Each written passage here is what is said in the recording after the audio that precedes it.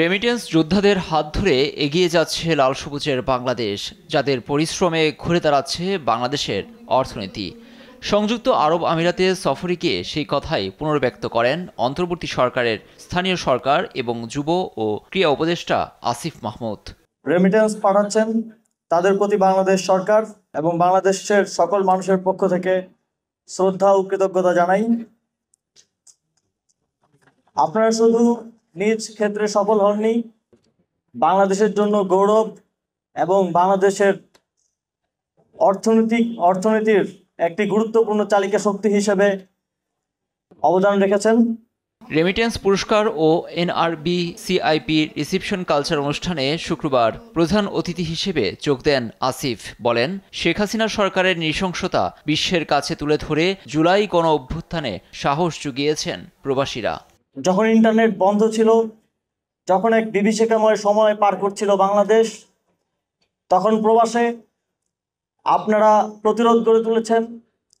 আপনারা বিশ্ব সম্প্রদায়কে বাংলাদেশে চলা নিপীড়ন এবং হত্যাযজ্ঞ সম্পর্কে জানিয়েছেন এবং যে সময় আন্দোলন প্রায় মৃতপ্রায় অবস্থায় ছিল,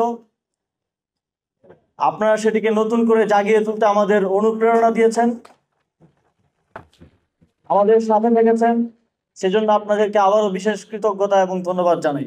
এই প্রেক্ষাপটে আমি শ্রদ্ধার সঙ্গে স্মরণ করতে চাই দুবাইয়ে অবস্থানরত সেই প্রবাসী বাঙালিদের, যারা দেশের গণতান্ত্রিক আন্দোলনের সঙ্গে একাত্ম হয়ে নিজেদের কণ্ঠস্বর তুলেছিলেন, যারা দেশের গণতন্ত্র পুনরুদ্ধারে কারাবরণেও কুণ্ঠাবোধ করেননি এবং সর্বোচ্চ ত্যাগ দেওয়ার জন্য প্রস্তুত ছিলেন। অন্তর্বর্তীকালীন সরকার আপনাদেরকে কৃতজ্ঞতা জানিয়ে ছোট করতে চায় না। অন্তর্বর্তীকালীন সরকার তাদের কাজের মাধ্যমে প্রবাসী বাংলাদেশিদের যে দীর্ঘদিনের অনেকগুলো দাবি রয়েছে সেগুলো পূরণের মাধ্যমে এই কৃতজ্ঞতা স্বীকার করতে চায়।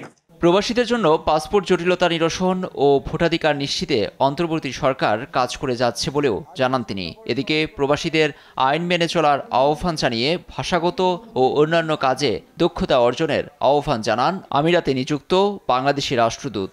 আমরা আমাদের স্কিলটাকে ইমপ্রুভ করব, যে কোনোভাবেই হোক, সেটা বাংলাদেশ থেকে আসবার আগে যদি করা যায় তাহলে সবচেয়ে ভালো হয়।